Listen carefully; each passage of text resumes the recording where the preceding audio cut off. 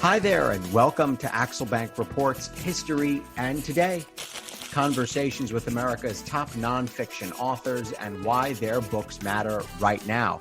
I'm Evan Axelbank, and today we're going to speak with Dr. Dov Waxman, the author of Trouble in the Tribe, The American Jewish Conflict Over Israel.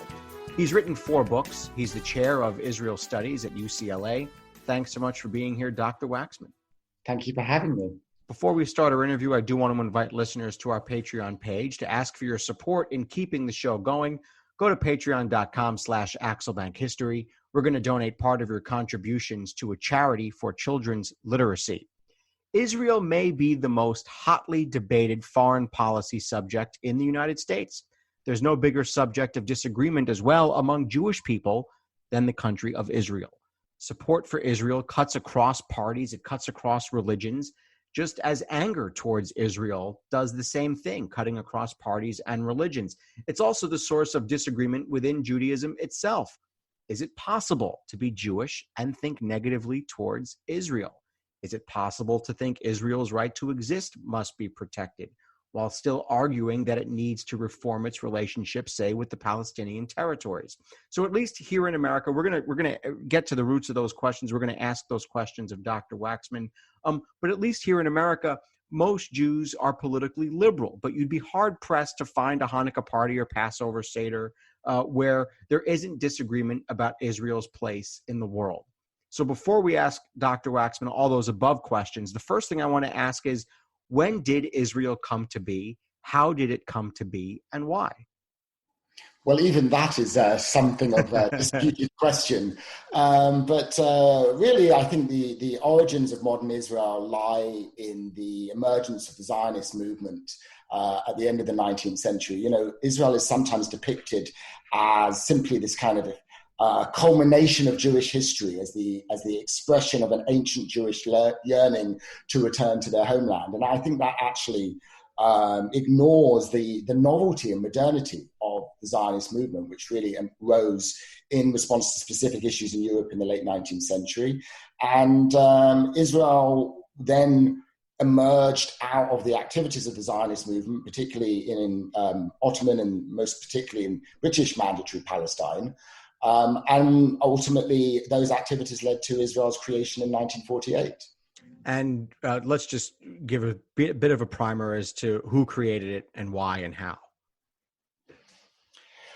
Well, who created it? And on to some extent, I would say, you know, the Zionist movement created it, both Jews inside what was then British Palestine, as well as Jews in the diaspora who supported the Zionist movement. I mean, in many ways, the state of Israel came about as a result of years of kind of proto-state building, or efforts to begin to establish the infrastructure of the state, which occurred during the period of the British Mandate in Palestine. So I would also say, and this isn't just because I'm British, that the British also played a key role, and an often overlooked role, in Israel's creation. If the British hadn't been the rulers of Palestine during the First and Second World War, during the period between the First and Second World Wars, if they hadn't allowed large numbers of Jews to emigrate to Palestine, and if they hadn't allowed what was called the Jewish Agency, the kind of proto-Jewish state, to develop under their auspices in Palestine, I don't think a state of Israel would have come into being. And what was the stated goal? Well, for the British, I don't think they wanted a Jewish state to come into being. I think they were bound by the terms of their mandate to uphold their commitment to the Zionist movement that was expressed in the Balfour Declaration of 1917. So the British, you know, largely in response to the exigencies of World War I, made this very important declaration of support for the Zionist movement, and then were subsequently, you know, bound to uphold it, even though really they sought every which way they could to get out of it. So in many ways, Israel was a byproduct of British rule, but it wasn't the direct intention of British rulers. For the Zionists, however, of course, Israel and Jewish statehood became the overriding goal. I don't think Jewish statehood was necessarily the goal at the beginning of the Zionist movement, but it certainly became that over time as the conditions of Jews in Europe worsened over the course of the 1920s and 1930s. And the Zionists really stepped up their efforts to establish a Jewish state, and those efforts ultimately were successful. You say that Israel became almost a newfound kind of religion for American Jews. But one thing that I think is important to note after reading your book, I just found this fascinating, is that attitudes among Jews towards Israel have evolved. Explain how at one point, pre-Six-Day War, most American Jews were relatively unconcerned about Israel and why that war then changed things. Right. Most people imagine that Jews have always supported, that Jews have always been Zionist, that Jews have always supported the state of Israel. They look at the situation, since Israel's establishment, or even more recently, and kind of project that backwards, believing that Jews have always favored Zionism and supported Israel. But in fact, American Jews in particular were initially latecomers in their support for Zionism. Initially, most American Jews were wary of Zionism because they believed it could undermine their integration in American society. They saw themselves as Americans first and foremost, and were wary of this movement that actually said, no, you're actually members of a Jewish nation and you should be living in a different country. So before Israel's establishment, American Jews, although some prominent American Jews were very important, before Israel's establishment, American Jews weren't overwhelmingly Zionist. It was really as a result of the Holocaust and Israel's establishment that American Jews began to embrace Zionism. But even in the period after Israel's creation, between 1948 and the 1967 Six-Day War, most American Jews weren't really, that interested in Israel. Israel wasn't nearly as important in American Jewish life or in American Jewish politics as it came to be. It was, as you said, the 1967, the Six-Day War, that really transformed the American Jewish relationship with Israel and led Israel to become the kind of dominant element in American Jewish politics and identity. And part of that was because before the war, in the days and weeks leading up to it, there was a real fear among Jews, both Jews in Israel and around the world, that Israel might not survive. There was a real fear or a kind of existential dread. And of course, that existential dread was kind of compounded by relatively recent memories of the Holocaust. So there was a fear of a second Holocaust. And when Israel emerged from that war, not only survived, but triumphed in such a short space of time, that had a huge impact upon American Jews. There was a sense of jubilation, almost euphoria, and then pride in Israel's, not only in Israel's survival, but in its military exploits. Just 2 decades earlier, the image of the Jew had been shaped in many ways by the Holocaust, so Israel's victory in 1967 and the kind of these images of heroic Israeli soldiers, in a sense, transformed the popular image of the Jew in the minds not only of Jews themselves, but in the minds of non-Jews, and led to this outpouring of Jewish pride and support for Israel. This was also a time when kind of identity politics in the United States was growing, with the Black Power movement, feminist movement, and Jews also embraced their own form of identity politics, which was manifested through support for Israel. We should explain how many Jews there are in the United States and how that number does not necessarily illustrate or dictate how influential Jewish people are over the political system. And I realize that, maybe my phrasing there is a bit clunky because statements like that can lead to anti-Semitism, and I certainly don't intend to do that at all. But you do use the term outsized influence in the book. Right. So Jews make up about 2% of the American public. So they're a very small group of Americans, but certainly I think it's indisputable that their influence it goes well beyond their numbers. And there are many reasons for this. It's not because of some sort of secret conspiracy or cabal that's pulling the strings or, paying off politicians and things like that. It comes down in part to just a kind of mundane factors that Jews happen to be very politically active. They're more likely to vote. They're more likely to make donations to political parties, for example. They tend to live in electorally significant states. So there are many reasons why, in terms of American politics, Jews have been very influential, especially when it comes to American policies towards Israel. But, going back to the question of how many American Jews are there, even this question isn't as easy to answer as you might think, because it depends upon who is the Jew. Who do we count as Jews? Do we count only those who identify as Jews? Do we count only those who actually believe, who follow Judaism?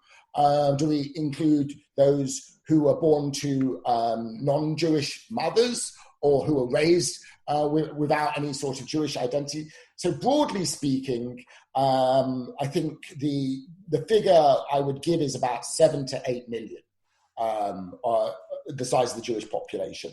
And that is, as I said, includes those who are very, who strongly identify as Jews, as well as those who have a somewhat weaker Jewish identity. To understand the American Jewish feeling towards Israel and why there's such a conflict, I think we also have to understand the roots of the Israeli-Palestinian conflict. Contrary to popular opinion, and this is a very clunky phrase that people use all the time, that's been going on forever. That's been happening forever. But contrary to popular opinion, the conflict has not been going on forever. And the roots really are in 1948. Explain how the creation of Israel seeded the conflict and where it stands now. Well, yeah, you're absolutely right that there is this very popular myth. It drives me crazy that this is an ancient conflict. It's been going on for thousands of years, or since biblical times. Jews and Arabs have been at each other's throats, and there is this narrative that exists. And I think one of the problems with that popular narrative is that if the conflict's been going on since ancient times and is age old, then it leads to a kind of fatalism, the belief that, well, it's always going to go on. There's nothing really that can be done. In fact, this is a modern conflict. I would actually date it as emerging before Israel's founding in 1948, but not. I would say it's been running for roughly 100 years.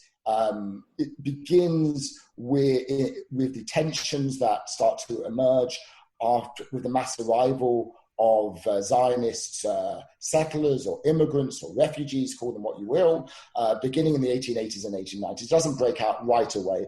And really, I think the conflict, or at least the violent conflict, between Jews and Palestinian Arabs begins in British mandatory Palestine. Really begins in the 1920s, which is why it's about 100 years old. And certainly Israel's creation in 1948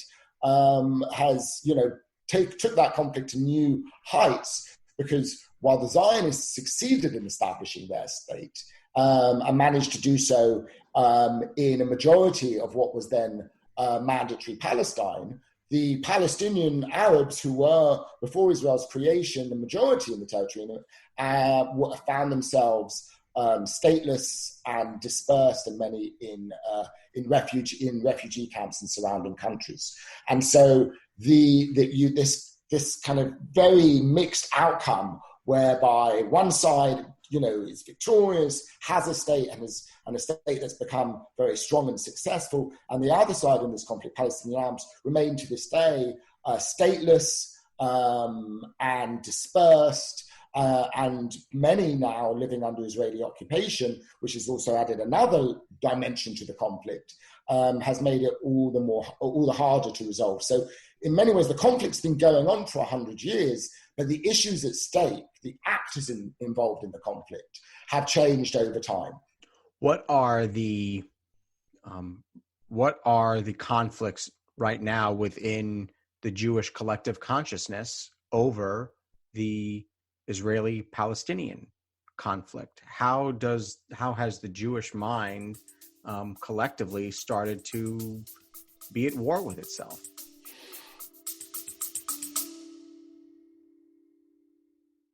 baking from our childhoods just sticks in the memory, doesn't it? We never set off on holiday without piles of Tupperware. And there'd always be Bakewell slice, flapjacks, and tray baked scones in the boot. Do you not do that, Lisa? Yeah, no. Sadly, I do not stack the Tupperware in the back of the car when we go off on holiday. Oh.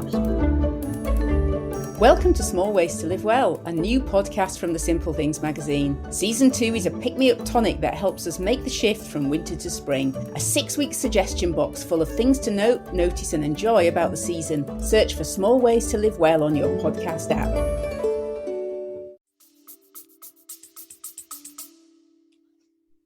Well, I think there's a number of central issues in the debate, or I would call it more of an argument really, that Jews are having about Israel. And this is an argument that Jews are having not only in the United States, but also in other countries, although somewhat less publicly. Part of the argument concerns Israel's responsibility for this conflict. For decades, Jews in Israel and in the diaspora believed, or were led to believe, that really Israel was faultless, that really this was a conflict that was imposed upon Israel, imposed upon Jews by Arab rejectionism and even anti-Semitism, that Israel was constantly seeking peace with its neighbors, that Israel was the wronged party in this conflict, and that all responsibility for it lay with the Palestinians and with the surrounding Arab states. So one of the areas of debate now is that growing numbers of Jews no longer accept that narrative.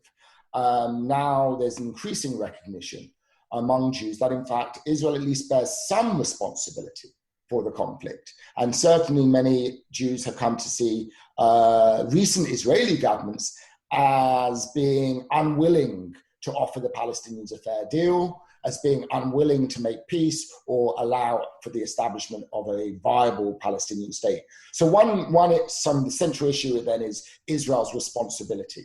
And nowadays, Jews in the United States and elsewhere no longer uncritically accept the Israeli government's claim that it seeks peace and that the rejectionists are the other side, that it's the Palestinians who are at fault.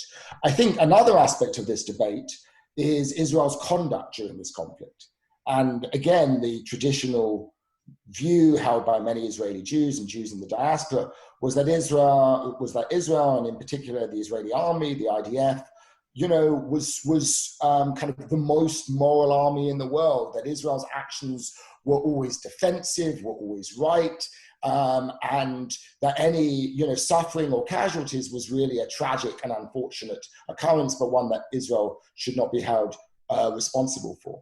What are the dividing lines where that conflict starts to show itself? Does it get shown among liberal and conservative Jews, meaning politically liberal in the United States? Does it get shown between Orthodox and Reform Jews? Does it get shown between younger and older Jews?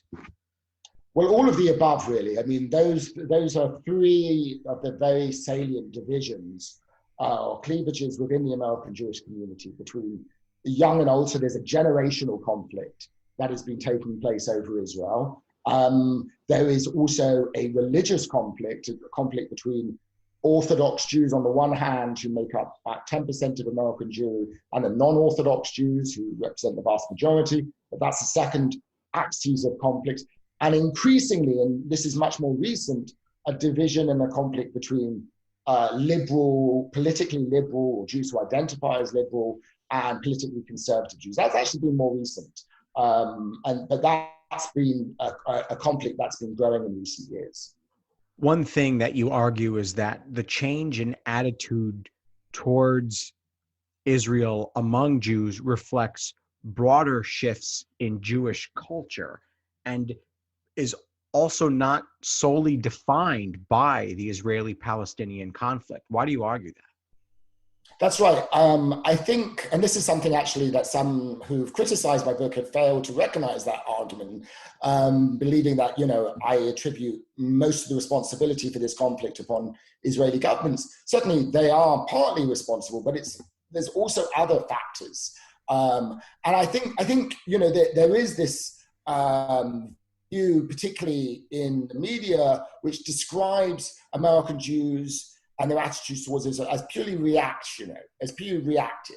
So whatever, what Israel does something, or an Israeli prime minister, let's say Netanyahu does something, so American Jews react. And so the view is that the reason why Israel has become so divisive among American Jews, the reason why this conflict is taking place, this debate is taking place, is because of, say, Netanyahu's support for President Trump, or his willingness to go, and oppose the Iran nuclear deal, or the more latest Israeli settlement building in the West Bank. All of these things certainly matter. But what I wanted to argue is actually, even if you had a different government in Jerusalem, even if you had a different set of policies, you'd still see divisions over Israel within the American Jewish community. You'd still see a debate, because this isn't just about Israel. In large part, the debate about Israel among American Jews is a reflection of a deeper debate about who American Jews are, and even more fundamentally, what is it to be a Jew, and what is Jewish identity?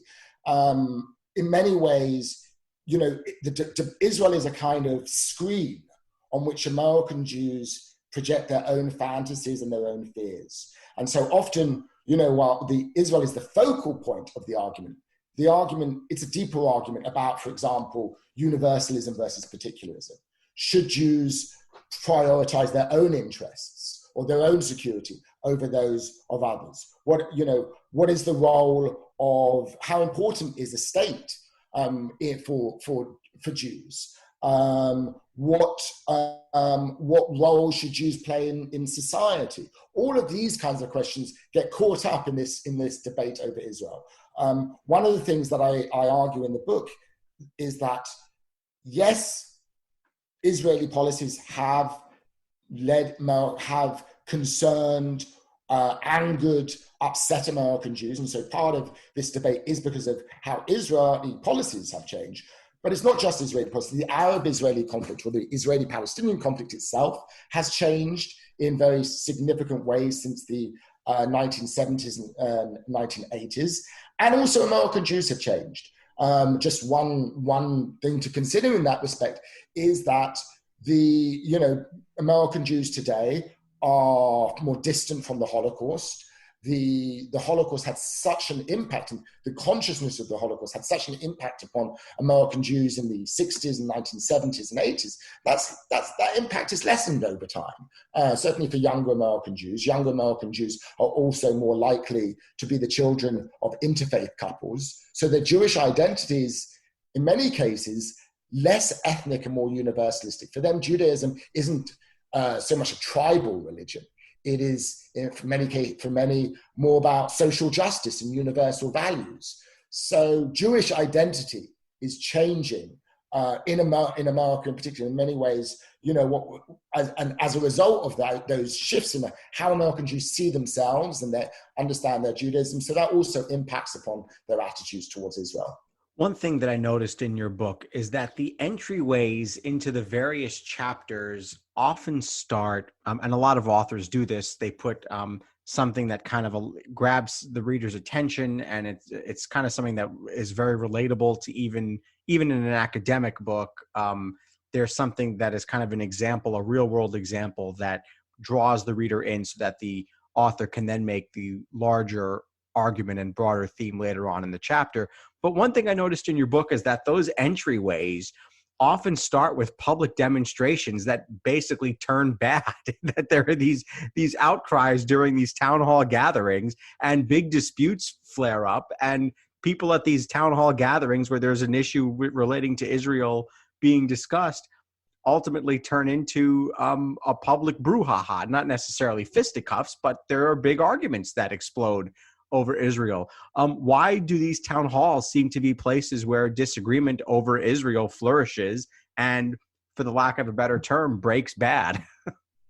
Yeah, I mean, one of the things that's striking about this, intra-Jewish debate over Israel is that it no longer takes place, just in around the family dinner table on a Friday night, or in synagogues, or in boardrooms of American Jewish organizations. It's a debate that takes place in the public sphere, on the pages of American newspapers, out on the streets, sometimes outside major Jewish organizations. It's a very public debate, and it's a very vicious, vitriolic debate. It's a really ugly debate, which is why I call it an argument, really, because neither side is really listening to each other. Both sides are really, talking past each other.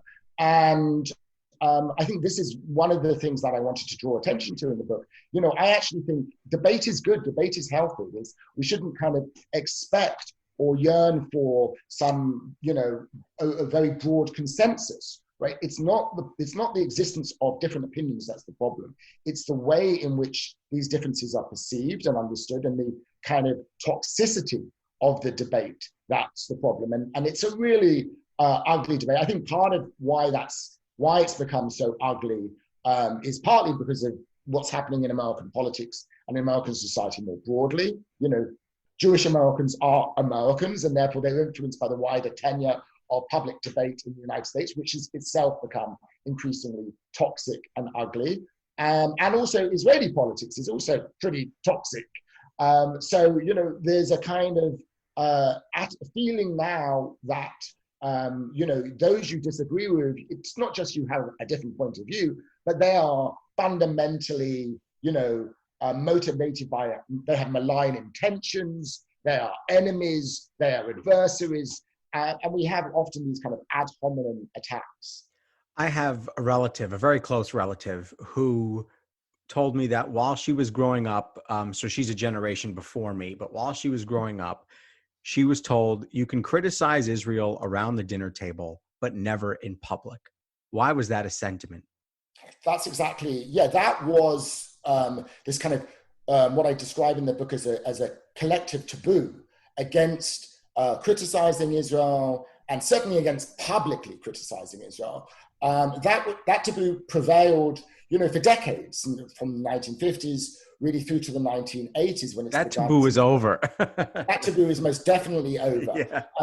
I think there was a few reasons why it held and why it held for so long. Part of it was a discomfort among Jews who felt that, look, we don't live in Israel.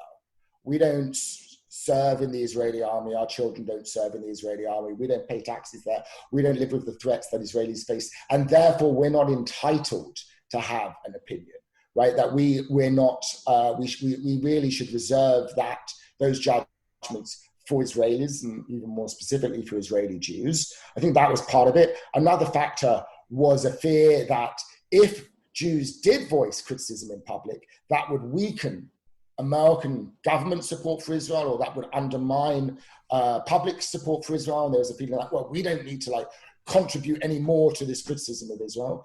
But it was also simply that, most American Jews for a long time didn't have that many criticisms of Israel because they knew very little about it.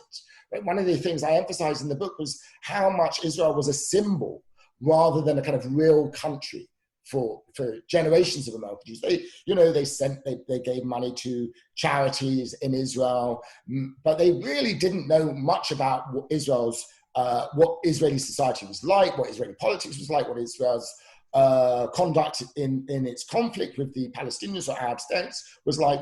So part of it is as American Jews have gotten to know Israel better, as they've been more exposed to some of Israel's flaws, and so they've become more critical, but they've also become more willing to criticize Israel in public, in particular young American Jews. I think there's still, you still hear, particularly from older American Jews who were raised during this time when this taboo prevailed, there's still a discomfort in some quarters with public criticism of Israel. But increasingly, Jews, especially young American Jews, actually think that criticizing Israel can actually be an expression of support for Israel. That criticizing Israeli government policies is not being anti-Israel. It used to be seen that if you criticized the Israeli government, you were anti-Israel. And that the way you supported Israel was by basically unconditionally and uncritically backing whatever its governments did. That's no longer the case. Nowadays, that kind of Israel right or wrong attitude has given way to, I think, what is a more nuanced approach, which distinguishes between support for Israel and support for Israeli government policies. American Jews overwhelmingly still support Israel insofar as they want it to exist as a Jewish state. They're concerned about its safety and its welfare. but they no longer believe that supporting Israel requires them to support whatever Israeli governments do. In fact, for many American Jews today, supporting Israel actually means challenging its government's policies, because they believe the Israeli government policies, particularly towards the Palestinians, actually endanger Israel, undermine Israel's interests, and in particular, threaten Israel's future as a Jewish and democratic state. You know, at the same time, while we're talking about this from the American view outward, Israel also depends on the support of American Jews. That's what you argue in the book. In what ways does Israel send signals to Jews here? So I think Israel has depended on the support of American Jews. I think that's less the case today. I would say today, in fact, although American Jews still provide Israel with very important kind of political support in the United States and financial support, actually Israel is less dependent today. And if we take just the Prime Minister of Israel, Netanyahu, I think he doesn't regard American Jews as, although he may say that they're still essential partners and valuable and make these noises. If you look at what he's actually done, you'll see that he really, and I'm just singling out Netanyahu, but he's by no means the exception. They really has kind of disregarded American Jewish feelings, not just, it's one thing to disregard those feelings when it comes to Israeli national security and the Israeli-Palestinian conflict, but it's disregarded those feelings, particularly when it comes to controversial issues like who is a Jew in Israel and the status of Reform or non-Orthodox Judaism in Israel. I think actually there is a view on the Israeli right today, and I think Netanyahu holds this view, that Israel's most loyal, reliable, and important supporters in the United States today are not liberal American Jews, but rather conservative evangelical Christians. I was just going to ask about that. And it's a fascinating phenomenon. I see it in my news coverage from time to time, particularly when I'm covering politics.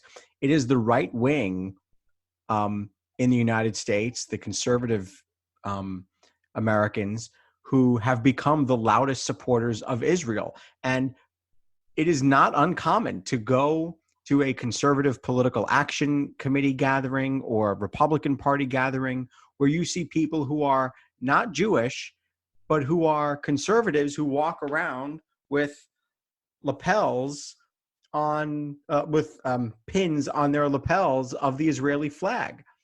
How did that happen where supporting Israel is now a key part of being an American conservative? Right, that's right. And Israel and supporting Israel and supporting right-wing Israeli governments, I think, particularly. I'm not sure if that support would extend if there was a center-left or left-wing Israeli government in power, but certainly as long as there's been a succession of right-wing Israeli governments. So yes, conservative Americans, Republicans have become very, very staunchly supportive of Israel, very unequivocally and unconditionally supportive of Israel. It is often the loudest applause line that will come from even a state elected politician, let's say the governor of a state or even somebody who has no impact on American foreign policy, a local state representative, a state senator, an attorney general candidate. When they make public pronouncements of Israel, of supporting Israel, conservative audiences applaud louder for that than almost any other thing they can say on stage. Yeah, I mean, it is striking, and we can see this in the survey data and opinion poll data, which show that really this change, this massive increase of support for Israel among conservatives in the United States and among Republicans begins really after 9/11. This isn't something that's always been around. In fact, in the earlier period, it was probably Democrats who were more supportive of Israel than Republicans. But since 9/11 and the American war on terror, there was a huge surge over the following decade during the George W. Bush administration in support for Israel, partly because Israel was seen as and still is seen as being on the front line of this war on terror. And the war on terror has been imagined by many conservatives as a kind of almost a civilizational or religious conflict between what's sometimes referred to as a Judeo-Christianity on the one hand and Islam on the other. So there's no small amount of Islamophobia in this as well. And so Israel's fighting, radical Islam. Israel is at the kind of vanguard of the West in this civilizational battle. And Israel is also a pioneer in some of the in security practices in the war on terror. So part of it is, this identification with Israel in the context of America's own war on terror against Islamism and against violent Islamism in particular. And then more recently, you've also have, this view that Israel is a model for what some conservatives, some on the right, would like America to be. Namely, it's a nation state. It has a very strong sense of nationalism. Israelis have a strong sense of nationalism. They're very patriotic. There's a strong sense of kind of social cohesion, at least that's how it's imagined. And so Israel represents the kind of country that some American conservatives would like the United States itself to be. I think a big part of this, though, a big part of why conservatives in the United States are so supportive of Israel is because many of those conservatives are evangelical Christians. And so, a large part of why the Republican Party has embraced Israel so tightly over the past 2 decades, beginning really in George W. Bush administration, and I think culminating in the Trump administration, where, the Trump administration just kind of followed, or went even further than some in the Israeli right might have imagined they would go. That's in part because of the strong influence and role that evangelical Christians, that conservative, white evangelical Christians play in the Republican Party. And really since the... And what do they argue? But what do evangelical Christians argue and say about Israel? Well, I think there's often a kind of caricature of evangelical attitudes towards Israel, which we're often told that, the evangelicals support Israel because they want to bring about the second coming of Christ. And essentially it's this kind of what's millenarian dispensationalism, a particular kind of apocalyptic view of Christianity, emphasizing, drawing on the book of Revelations. And this is why they're really messianic. It's a kind of messianic fervor. That's maybe true for some evangelical Christians, but I think for many others, there are other ways in which Israel is seen. Part of it is this blessings theology, this belief that Israel is blessed, or the Jewish people have been blessed by God, and therefore the reading of the Bible holds that, God will bless those who support Israel or support the Jews. So, there's a view that people will benefit both materially if they support Israel. That, I think, the largest pro-Israel organization in the United States today, by far, is Christians United for Israel, which now claims to have around 8 million members, which is roughly the same size as the American Jewish population. And, many of them, members of Christians United for Israel, many of them probably aren't motivated by this kind of, apocalyptic view of belief of trying to bring about the second coming, but rather believe that, part of their understanding of Christianity, part of their belief is that the Jews are the chosen people. And therefore, by supporting Israel, you are supporting Jews. And that's also come about as, in part, a response to what is also seen as the sins that Christians have committed against Jews in the past. As far as the left wing goes, you say there is now a competition between Jewish identity and progressivism. How did that develop and when? So I think many Jews in the United States are progressive politically, at least, or liberal, let's say. But what we've seen over the last decade is a growing distancing from Israel and increasing support for the Palestinians among progressives and liberals in the United States.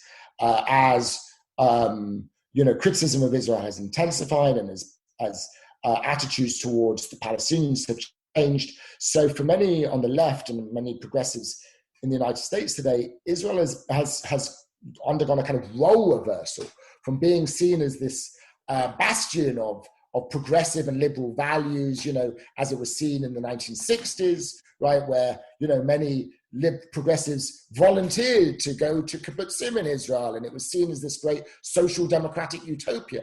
Now there's a real shift of attitudes, and Israel is seen as the occupier, as a military power, as a colonial kind of state.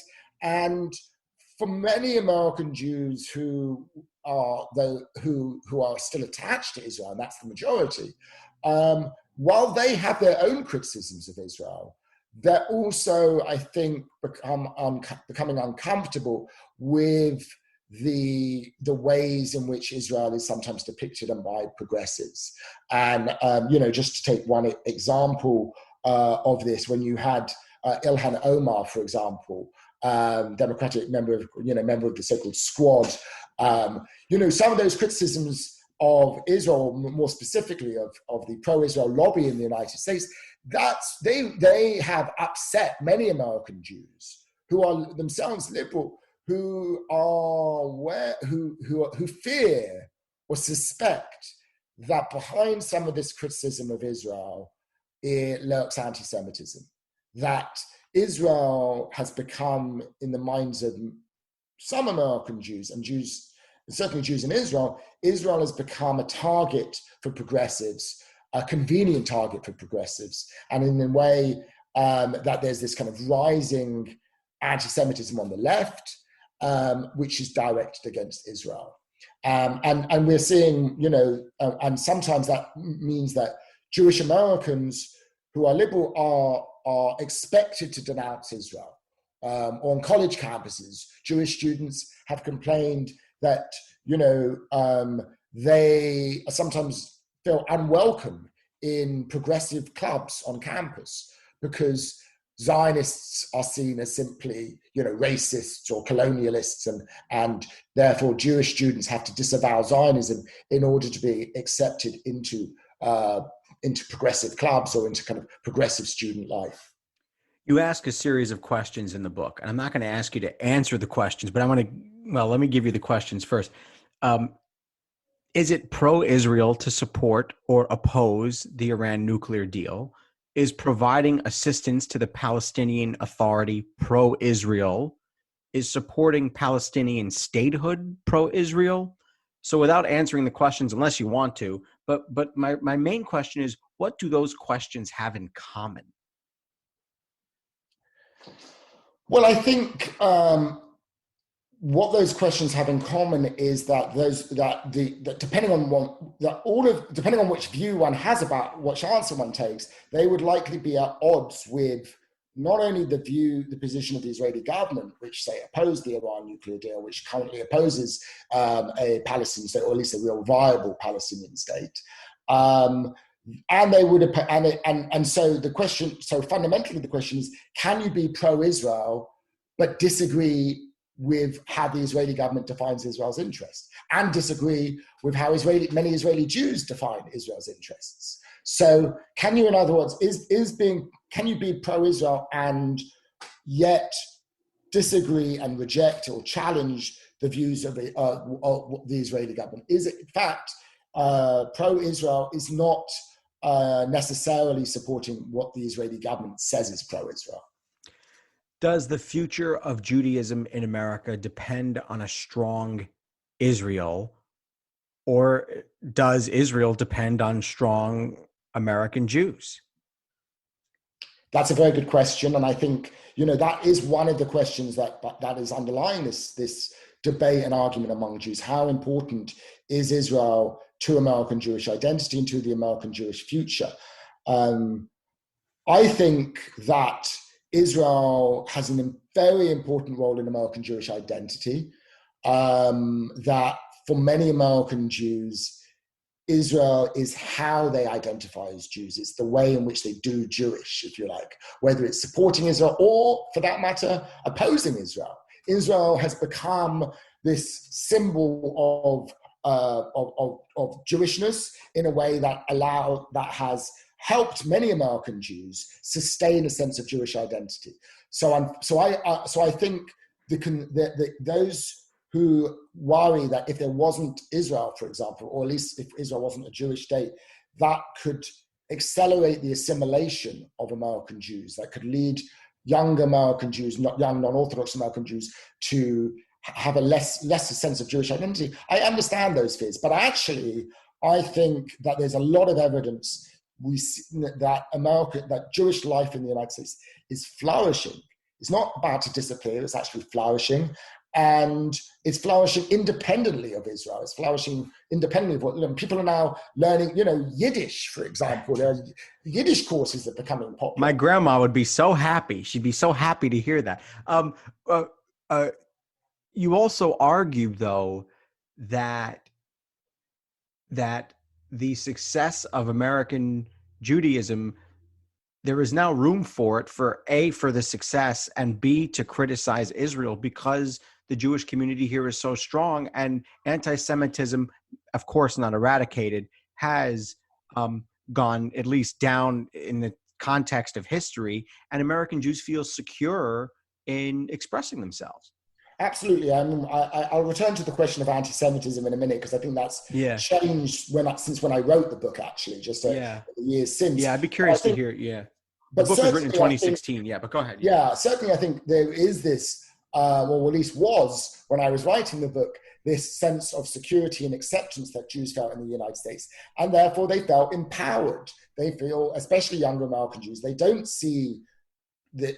believe that Jews are alone in the world, surrounded by a hostile Gentile world. They don't believe that Jews are fated to be marginalized or discriminated against. And therefore, they feel confident, they feel empowered, they feel they don't need then to see Israel as a kind of insurance policy in the way that their parents, or certainly their grandparents, as Israel as a potential, refuge from anti-Semitism. So I do think, there is this sense that among younger American Jews in particular, that they have their own Jewish identity that's less dependent upon Israel. They're confident in that. I think on both sides, actually, for American Jews and for Israel, both sides need each other less today. Both sides need each other less than they once did. American Jews were much more important to Israel in its early years. They played a key role in Israel's creation. They provided vital economic support to Israel when it was a fledgling state. They provided vital political support when it was trying to gain support in Congress. That's no longer necessary, or no longer as necessary. So Israel needs American Jews less, and American Jews need Israel less for their own identity, for their own sense of security. And so in some ways, what's taken place is a kind of natural development of a relationship where you have these two centers of Jewry, Israel and American Jewry, gradually come together. There was this kind of period of courtship, if you will. Then this marriage was consummated after 1967. There was this period of very strong, close, intimate relationship, a real devotion where American Jews fell in love with Israel. And then over the years, there's been a process of kind of disillusionment, of growing apart even. And I think that is likely to continue. Now, of course, and this is something I really didn't actually spend much time on in the book, anti-Semitism has become a much greater concern to American Jews today than it was when I was writing the book. When I was writing the book, anti-Semitism just wasn't, of course, Jews have always worried about anti-Semitism.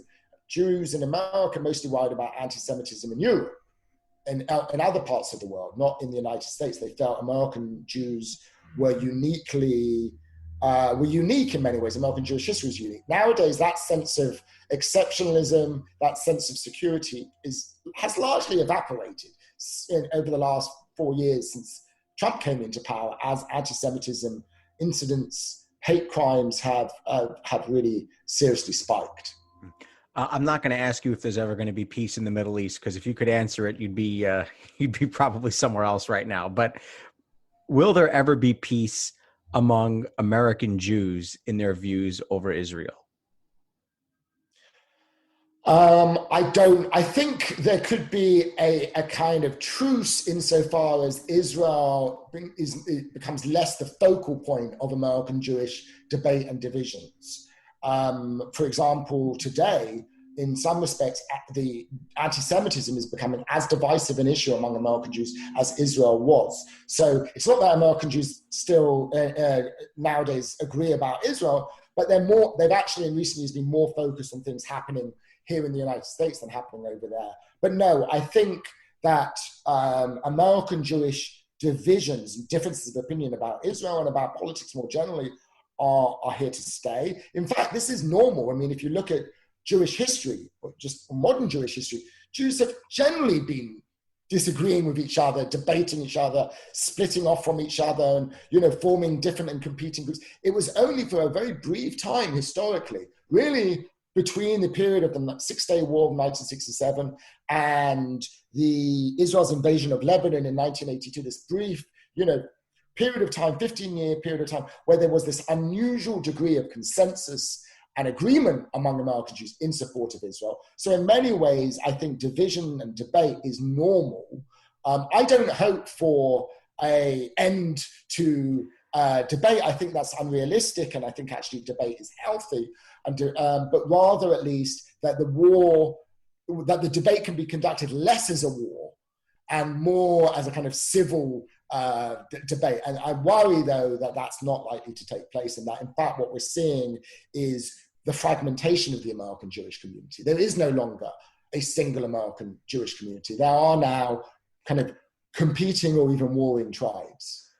To sum up our 52 minutes or so, I would say it is very Jewish to argue.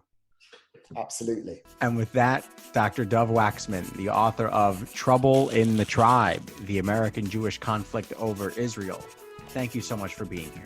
My pleasure. Thanks. Certainly check out that book and also his Twitter feed, which is @Dov Waxman. I do want to invite listeners to our Patreon page to ask for your support in keeping the show going.